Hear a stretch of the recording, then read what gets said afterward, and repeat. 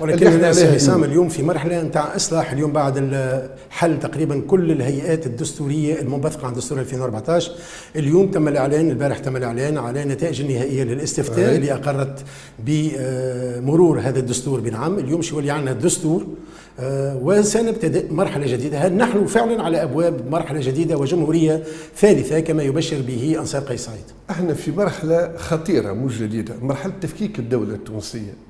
ضرب المكاسب الديمقراطيه اللي ارتضيناها اللي التوانسه اختاروها بعد الثوره. نذكر التوانسه اختاروا اختيار حر، 4,300,000 تونسي توجهوا لصندوق الاقتراع، انتخبوا 217 نائب لكتاب الدستور على مدى اكثر من عامين.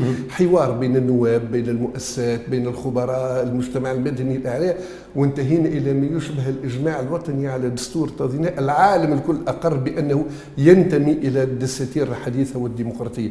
اليوم دخلنا مرحله خطيره وليست جديدة، مرحلة تفكيك المكتسبات هذه والعودة إلى مربع الاستبداد وسلطة الحكم الفردي المطلق. هذا اليوم يعني شو اللي يتغير بعد إعلان البارح الهيئة الانتخابات المنظمة تعلن نتائج نهائية الانتخابات، وبالتالي وفق الدستور هذا اللي كتبه السيد قيس سعيد يدخل حيز النفاذ هذا الدستور.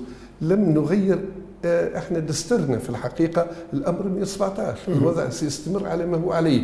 كل السلطات بيد رئيس الجمهوريه، هو الذي يراقب كل السلطات وهياكل مؤسسات الدوله ولا يسال عما يفعل. الامر 117 اليوم اصبح الدستور، الامر الواقع اللي عشناه طيله عام ورينا انه ماهوش هو الاطار الامثل وين فيها التونسيين وتونس يمكن ان تعالج قضاياها ومشاكلها. اليوم هذا اصبح امرا واقع اخر، هو هذا الدستور هو اللي سيجنبنا. نعم، هو سيجنبنا بعض المطبات اللي شهدناها في تطبيق دستور 2014، خصوصا في راس السلطه التنفيذيه التي كانت ممزقه بين رئيس حكومه ورئيس الدوله، وهذا شفناه ما بين الباجي الله يرحمه ويوسف الشاهد، شفناه ايضا بعض مظاهره ما بين المشيشي ورئيس الدوله. هذا الدستور يتجاوز هذه المعضله، معضله النظام السياسي، ويركز السلطه في يد رئيس الجمهوريه.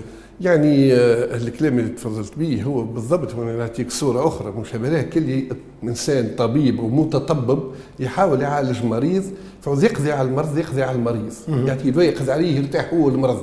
يعني ان كان في الدستور القديم، الدستور الحالي نعتبر دستور الجمهوريه الثانيه، دستور ثوره الحريه والكرامه، بالممارسه رينا ان فما بعض الخلل او بعض الاصلاحات لازم من خلال التجربه نصلحوها، وانه ربما رأسي السلطه التنفيذيه ما فماش اليات اللي يحسن الخلافات بيناتهم. كان ضروري ان يصير حوار لايجاد اليات مكنه من تجاوز الازمات هذه وحلها.